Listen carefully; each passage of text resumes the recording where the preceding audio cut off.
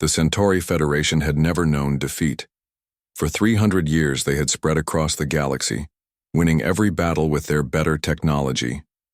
Their crystal warships, powered by tiny black holes, could not be destroyed. Their smart computers could guess what enemies would do before they did it. The 9 leaders who lived forever had led them to win time after time, until they met the Krell. Admiral Lara Martinez looked at the glowing display, her dark eyes reflecting the red warning lights that filled the screen. The USS Dauntless floated above New Eden, the last big human colony in the Orion Arm. Only 78 ships remained from what was once a fleet of 300. "Admiral," said Commander Ben Harris, keeping his voice steady despite the bad situation. "Krell forces have broken through the outer defense line. They will start bombing the planet in about 6 hours. Lara nodded, her face showing no feeling. 20 years in the Space Force had taught her to hide her emotions, especially in front of her crew, but inside, she felt hopeless. The Krell had appeared 18 months ago, coming from an unmapped area of space. They were made of silicon instead of carbon, and their technology was unlike anything humans had seen before, and they never stopped attacking. "How is the evacuation going?" she asked. 30% done, answered Lieutenant Kate Winters from her spotted communications. "But at this rate, we'll only get about half the colonists out before the Krell get here.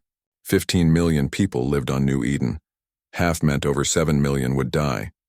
After losing Proxima Centauri, after losing Tau Ceti, after losing New Washington, humanity couldn't handle another loss this big." "Send a message to Earth Command," Lara said. "Tell them New Eden is falling. Ask for help right away." The bridge was completely silent. Everyone knew no help would come. Earth's defenses were already stretched too thin. The Krell had pushed humanity to the edge of dying out. "Yes, Admiral," said Kate, her fingers moving across the control panel. As the message was sent, Lara turned to look at the blue-green planet below. New Eden had been humanity's biggest success story in space. Rich farmland, good weather, air people could breathe. It had taken 100 years to change it from a harsh world to paradise, and now it would fall in a day. "Commander Harris," she said quietly, "get all remaining ships ready for battle. We'll buy the people leaving as much time as we can." Ben nodded grimly. "Yes, Admiral." As the crew rushed to battle stations, Lara stayed at the window, watching the distant flashes of light that showed the ongoing battle at the edge of the system. Defeat was certain, but as long as a single human ship remained, they would fight. Tucker. Krell ships moved in perfect formation, their black hulls absorbing light rather than reflecting it. They looked like holes cut in space itself. There were hundreds of them, maybe thousands. Lara had stopped counting after the first wave. "Enemy fighters approaching, Admiral," reported Officer Dan Kelly from the tactical station. "Estimated time to weapons range, 3 minutes." Lara straightened her uniform. "All ships form defensive position Alpha. Protect the evacuation vessels at all costs." The remaining human ships moved into a sphere around the civilian transports that were still loading refugees from the planet. It was a textbook defensive formation, one the Krell had seen before and broken through easily. But this time, Lara had a plan. "Commander Harris, is the package ready?" she asked quietly. Ben nodded. "Yes, Admiral. Though I must say again, this goes against every rule of engagement in the book." "We're not fighting by the book anymore," Lara replied. "We're fighting for survival." The first wave of Krell fighters hit the human line with overwhelming force.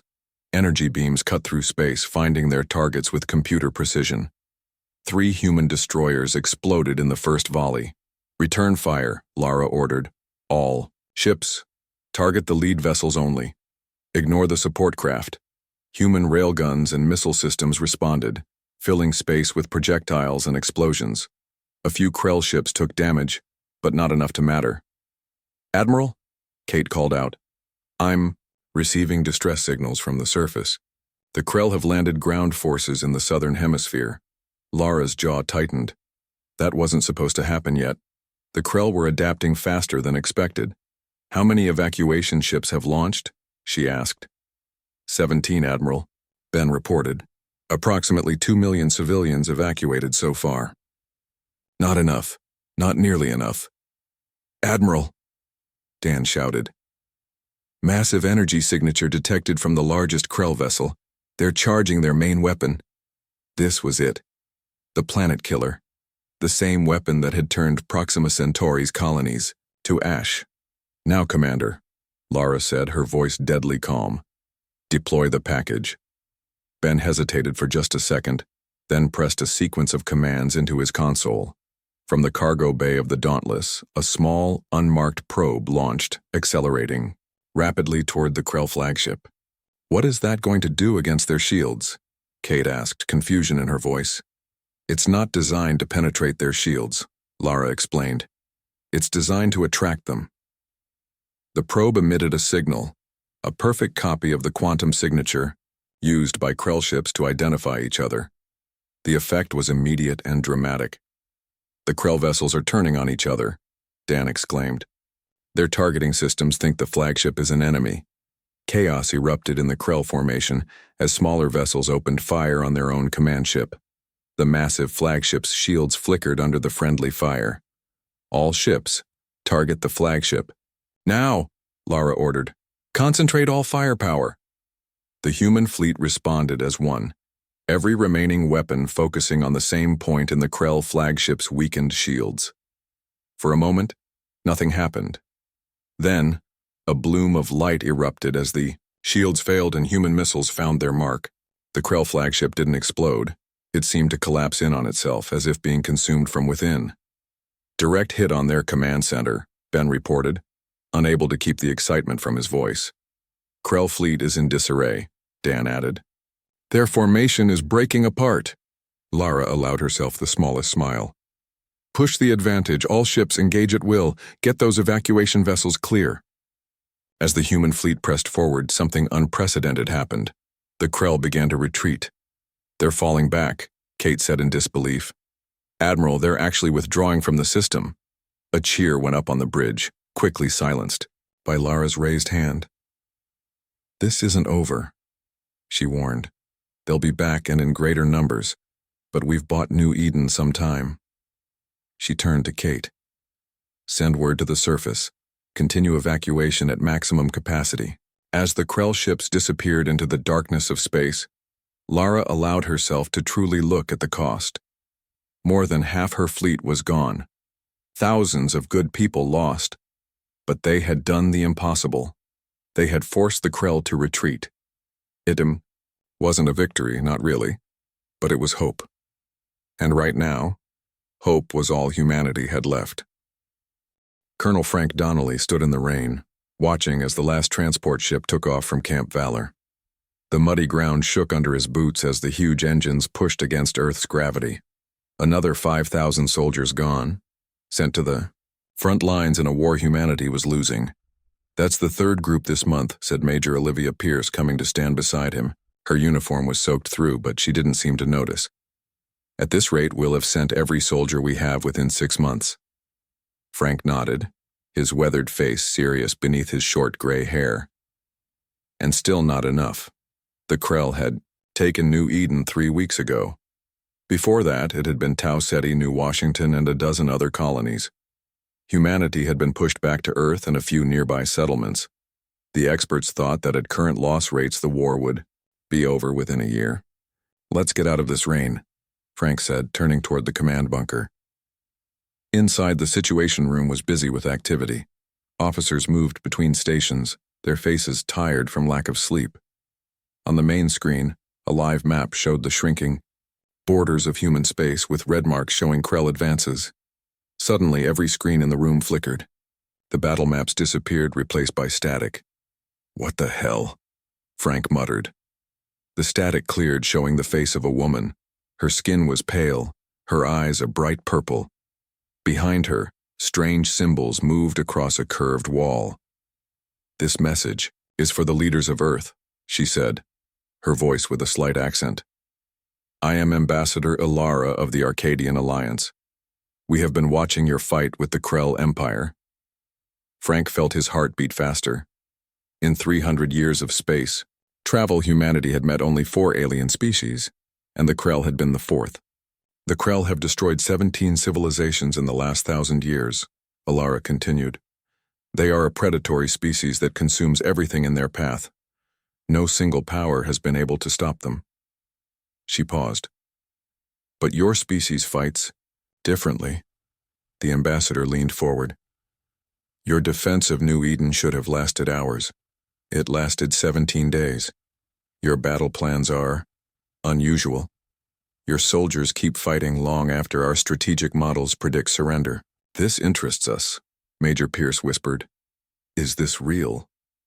Frank hushed her, his eyes fixed on the screen. We propose an alliance, said Alara. The Arcadian Alliance consists of 11 species across 200 star systems. We have technology, far beyond your current abilities, but we lack your persistence.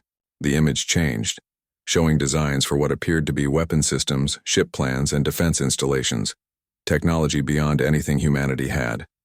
We will provide you with these designs as a sign of good faith. If your leaders wish to discuss further terms, reply on this frequency. The Krell can be defeated, but only if we stand together. The transmission ended, leaving the room in shocked silence. Frank turned to Pierce. Get me the Joint Chiefs. Now. As she rushed to the communications station, Frank stared at the blank screen, his mind racing. For the first time since the war began, he felt something he had almost forgotten. Hope. 3 days later, Frank stood in a secure meeting room deep beneath the Pentagon. Around the table sat the most powerful military and political leaders left on Earth. The room was silent as they all stared at the technical specs displayed on their screens. Are these genuine? Asked General Paul Howard, head of Earth's Combined Defense Forces. Dr. Valerie Nash, Chief of Advanced Weapons Research, nodded. As far as we can tell, yes. The shield technology alone is at least a century beyond our current capabilities. If implemented, it could protect our remaining colonies from Krell bombardment. It could be a trap, said Defense Secretary Andrew Clark. The Arcadians could be working with the Krell. This could be a way to get us to lower our guard. Frank cleared his throat. With all due respect, Mr. Secretary, if the Krell wanted to destroy us completely, they could have done so already. They've been toying with us, testing our defenses. This message suggests there's another player in the game. President Ellen Rivera, her face lined with the stress of leading humanity through its darkest hour, spoke quietly. What do we know about these Arcadians? Almost nothing, Frank admitted. But they knew about New Eden. They've been watching our battles. And they've offered us technology that could change the course of the war. The question is, what do they want in return? General Howard asked. No one gives something for nothing, especially not in wartime. Frank picked up a tablet and played the ambassador's message again. When it reached the part about humanity's fighting style, he paused the video. They're fascinated by how we fight, he said. The ambassador said their strategic models couldn't predict our behavior. I think they want to understand us. Or they want to use us as cannon fodder, Secretary Clark muttered. We don't have many options left, President Rivera said. Our latest intelligence suggests the Krell are preparing for a push into the Sol system. Earth itself could be under attack within months. The room fell silent as the weight of that statement sank in. I say we respond, Frank said firmly. We set up a meeting, hear what they have to say. If their technology is real, and Dr. Nash believes it is, then this could be our only chance. President Rivera looked around the table, meeting each person's eyes. I want a response drafted within the hour. We'll arrange a meeting in neutral space. Perhaps the Jupiter diplomatic station. And Colonel Donnelly, ma'am, you'll head the military delegation. You've been on the front lines, you know what we're facing better than anyone in this room. Frank nodded, trying to hide his surprise. Yes, Madam President. As the meeting broke up, Frank lingered, studying the Arcadian ship designs. They were unlike anything he'd ever seen, almost organic in their flow, yet clearly built for war. Do you think they're telling the truth? Major Pierce asked, coming to stand beside him. About the Krell destroying 17 civilizations. Frank considered the question. I think the universe is a bigger and more dangerous place than we ever imagined, And I think we've just been offered a lifeline. He picked up the communication tablet. It was time to compose humanity's response to their first potential ally in a war they had been losing from the start. Tell the communications team I want a direct channel to the Arcadian frequency, he told Pierce. And inform the Joint Chiefs. I'll need a full tactical assessment of our remaining forces. If we're going to form an alliance, we need to know exactly what we bring to the table. As Pierce hurried off, Frank stared once more at the image of Ambassador Alara. Her violet eyes seemed to look right through him, assessing, calculating. Let's hope you're really on our side, he murmured, because we're running out of time. The Arcadian diplomatic ship Celestial Harmony was unlike anything Lieutenant Ryan Cooper had ever seen. It looked almost alive, with a pearl-like hull that seemed to pulse with inner light. It made the human ships escorting it into Earth orbit look like toys in comparison. Ryan stood straight in the meeting area of the ISS Armstrong, trying not to fidget as they waited for the Arcadian visitors. Beside him, political and military leaders from Earth's remaining territories whispered, nervously among themselves. General Grace Alvarez, Supreme Commander of Earth's Combined Defense Forces, stood silent with a stone face. When Ryan had been chosen as her assistant for this historic meeting, he had been honored. Now he was scared. Remember, Grace murmured to him, watch everything, record everything, trust nothing. Before Ryan could respond, the airlock door opened. The Arcadians were shaped like humans but clearly alien. Ambassador Alara led the group, tall and thin with those distinctive purple eyes. Behind her came representatives of species Ryan couldn't even begin to describe, a being that seemed made of connecting geometric shapes. A massive, six-limbed figure whose skin changed colors like an octopus, and three identical beings that moved in perfect sync. "Welcome to the Sol System," said President Alan Ward, stepping forward. "On behalf of humanity, we thank you for your offer of help." Alara bowed her head slightly. "The Arcadian Alliance is pleased to meet the people of Earth. As promised, we bring knowledge and technology to help in your fight against our common enemy." One of the synchronized beings stepped forward, holding out a data crystal. "These are the complete plans for our defensive grid and shield harmonics. The Krell have never broken through them." A murmur ran through the human delegation. Shields capable of withstanding Krell weapons would save millions of lives. "And this," said the geometric being, its voice sounding strange, "contains the specifications for our quantum targeting arrays. They will increase your weapon's accuracy by about 340%. President Ward accepted the crystals with slightly shaking hands. "Your generosity is overwhelming. But I must ask, what do you want in return?" Alara's expression remained calm. "As I said in our transmission, the Arcadian Alliance has advanced technology, but lacks your species' unique qualities. We have observed 17 battles where human forces were greatly outnumbered, yet continued fighting long beyond what our models predicted possible. Desperation makes for determined soldiers," General Alvarez said bluntly. "No," replied Alara. "It is more than that. The Krell rely on predictability. Their tactical computers analyze enemy patterns and exploit them. But human soldiers adapt, change tactics during battle, make decisions that our logic deems irrational, yet sometimes succeed against overwhelming odds." The color-shifting being spoke, its voice surprisingly musical. "We wish for human military advisors to be assigned to Arcadian vessels. We will provide the technology. You will provide the unpredictability." Ryan glanced at General Alvarez, whose expression had grown thoughtful. "And in return for this exchange?" President Ward asked. "Together," said Alara, "we will drive the Krell from human space, and then we will take the fight to them." Hours later, as the human delegation reviewed the terms of the proposed alliance, Ryan found himself alone with General Alvarez. "What do you think, Lieutenant?" she asked, studying the technical specifications they'd been given. Ryan hesitated. "The technology is incredible, ma'am, but I can't help wondering why such an advanced civilization needs us at all." Grace nodded slowly. "Exactly the right question, Cooper." She tapped the screen showing the Arcadian proposal. "They're afraid of the Krell, Have been for centuries. They've been fighting a defensive war, hiding behind their shields. But that's not how you win a war. And they think we know how to win? Ryan asked. No, said Grace, her eyes gleaming with a fierce light. They know we're willing to die trying, and sometimes that makes all the difference. 2 weeks later, Ryan stood in the newly established Joint Command Center in Geneva. The room buzzed with activity as human and Arcadian personnel worked side by side, integrating their technologies and battle strategies. Ambassador Ilara and General Alvarez stood in front of a holographic display of the galaxy, focusing on a glowing red dot. New Eden, Ilara said. The Krell have established their primary forward base there. It is the logical target for our first joint operation.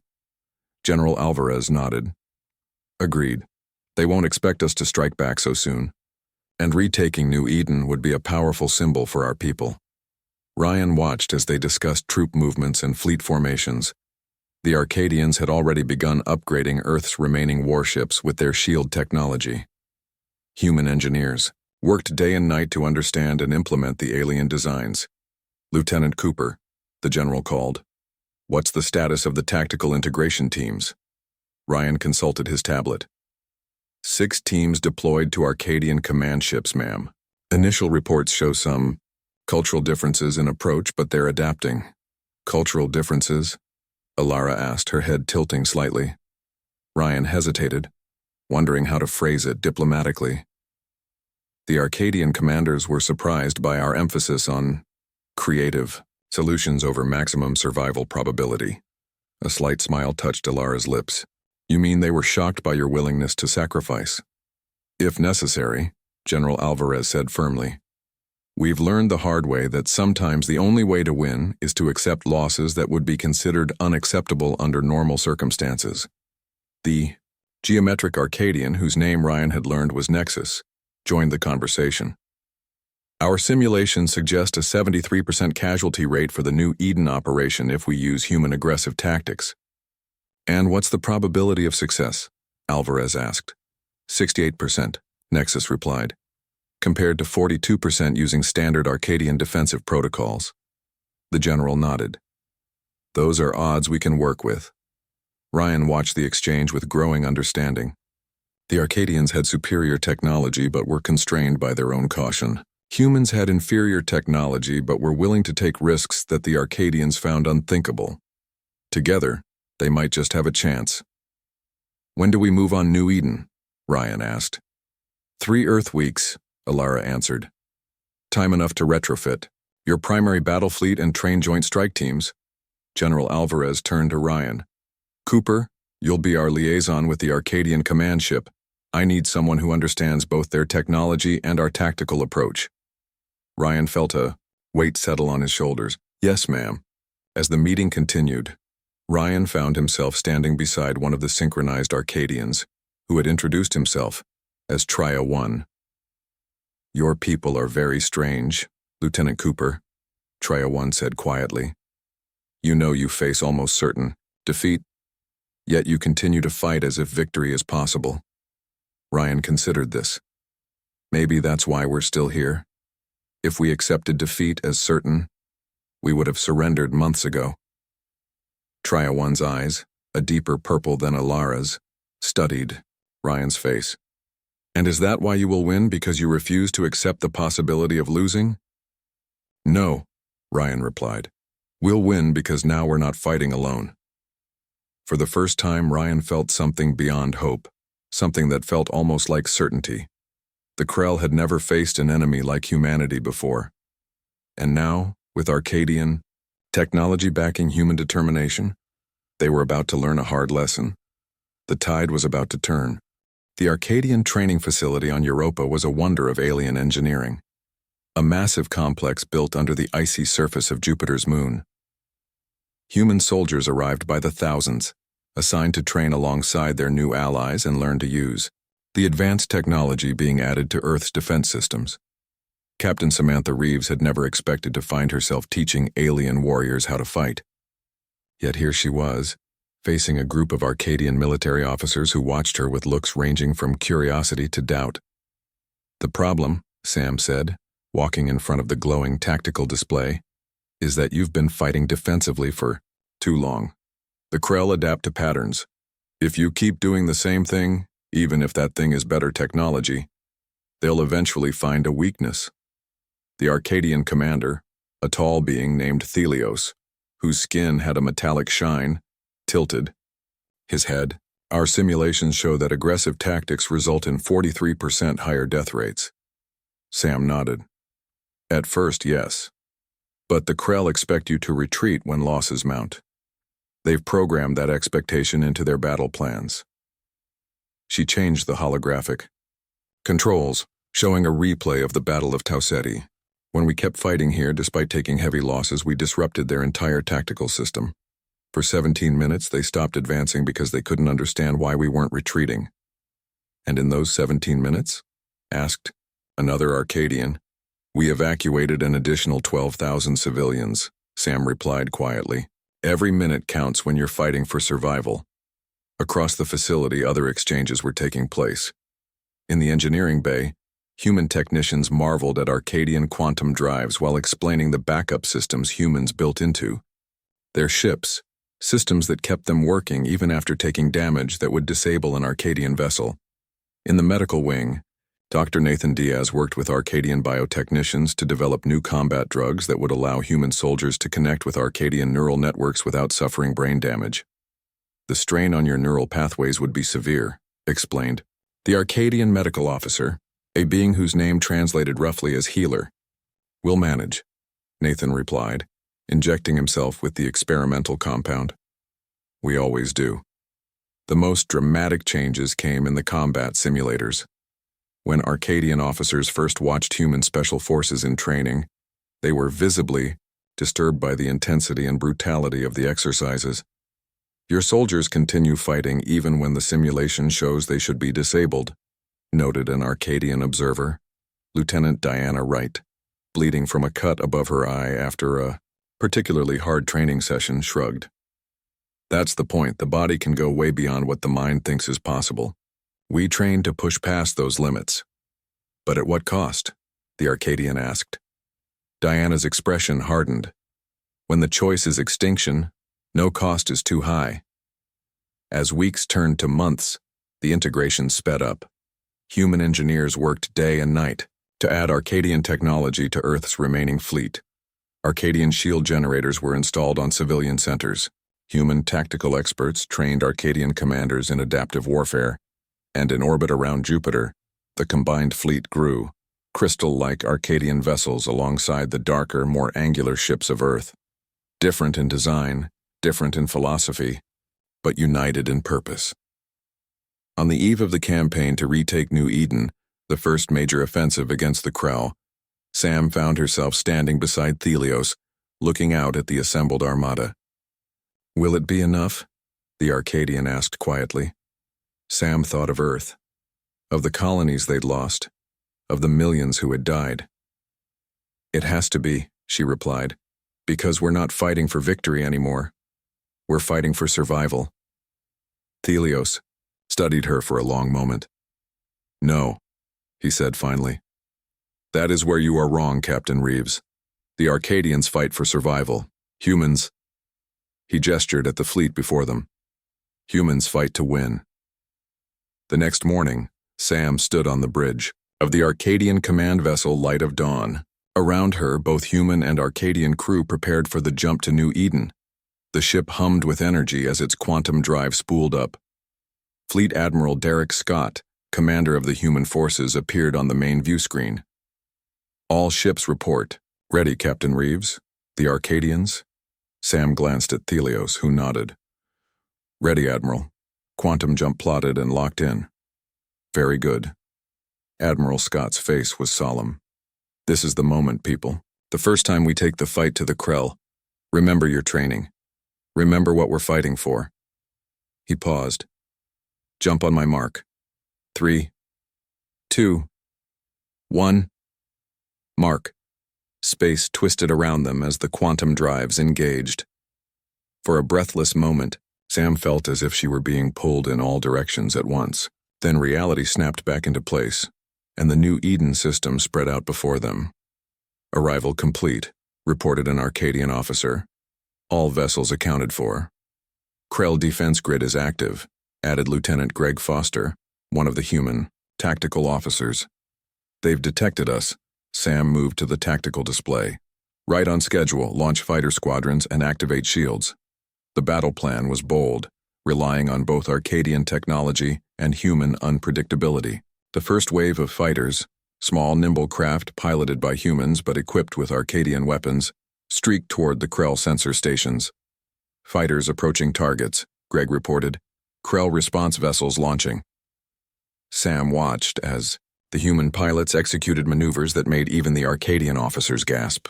They flew directly into the Krell defensive fire, taking hits that would have destroyed their old ships but were absorbed by the new Arcadian shields. Sensor stations 1 through 7 destroyed, Greg announced, a note of triumph in his voice. Krell fleet is scrambling but disorganized. Thelios turned to Sam, his metallic skin reflecting the glow of the tactical displays. Your pilots fly as if they have no fear of death. They know the stakes, Sam replied, and now it's time for Phase 2. She activated the ship-wide comm. All assault teams, prepare for ground deployment. Remember the plan, hold the control, center for 17 minutes. That's how long the virus needs to upload. As the transport vessels prepared to launch, Sam caught Thelios watching her. What is it? She asked. I have studied your species' military history, he said. You have a saying, no plan survives contact with the enemy. Sam smiled grimly. That's why we have backup plans, and backup plans for our backup plans. And if all those fail, then we improvise, she said. That's what humans do best. The transport ships launched, streaking toward the surface of New Eden. Above them, the space battle intensified as the main Krell fleet arrived to engage the human Arcadian armada. Sam watched the tactical display, her hand unconsciously moving to the Arcadian communication device at her throat, her link to the ground teams. Everything depended on this mission. If they could retake New Eden, it would be the first Krell defeat in recorded history. For Earth, she whispered. For all of us. Beside her, Thelios straightened to his full height. The Krell think victory is certain, he said. They are about to learn otherwise. The battle for New Eden began in fire and chaos. The combined human Arcadian fleet appeared at the edge of the system, immediately launching fighter squadrons and turning on defensive shields. Krell sensor stations exploded under the first wave of attacks, giving the Allies precious minutes before the main Krell force responded. Admiral Jack Hayes stood on the bridge of the USS Intrepid, now enhanced with Arcadian technology. Beside him, Arcadian Fleet Commander Zorax watched the neural net tactical display that linked all Allied vessels. Krell forces mobilizing, reported Lieutenant Amy Chen. 300 vessels detected on intercept course. Jack nodded grimly. Right on schedule. All ships, form battle formation Delta. Arcadian vessels, take position behind the human vanguard. Zorax looked alarmed. Admiral, your ships will take the main force of the Krell attack. The casualties will be acceptable, Jack finished. Trust the plan, Commander. As the Krell fleet approached, the human ships accelerated toward them, a seemingly suicidal charge. Krell energy weapons fired out, several human vessels exploding in silence. But the remaining ships pressed on, closing the distance rapidly. Now, Jack ordered. At his command, the human ships scattered in all directions, their movements seemingly random and chaotic. The Krell fleet's fire became erratic as their targeting computers struggled to predict the humans' next moves. In that moment of confusion, the Arcadian vessels emerged from behind, their advanced weapons finding gaps in the Krell formation. Quantum torpedoes tore through silicon hulls. Focused energy beams cut Krell command links. It's working, Zorax said, amazement in his voice. The Krell are adapting, Jack interrupted, pointing to the display. Look, the Krell vessels were regrouping, forming a defensive sphere. Their return fire became more coordinated, claiming more human ships. Phase 2, Jack ordered. Ground. Tamed, you're up. On the surface of New Eden, what had appeared to be abandoned human settlements suddenly came alive with activity. For months, resistance fighters had hidden among the ruins, waiting for this moment. Colonel Eric Russell led a team of 30 human soldiers and 10 Arcadian specialists toward the main Krell ground base, a massive structure that controlled the automated defense grid the Krell had established around the planet. "Remember," Eric told his team as they moved through the underground passages, "we need to hold the control center for 17 minutes. That's how long it will take to upload the virus into their system." 17 minutes against superior forces, said the Arcadian specialist Lyra. "The chance of success is—" "Don't tell me the odds," Eric cut her off. "Just focus on the mission." They emerged into the lower levels of the Krell base, immediately meeting resistance. The Krell ground forces, 8-limbed armored creatures with weapons built into their exoskeletons, screeched in alarm.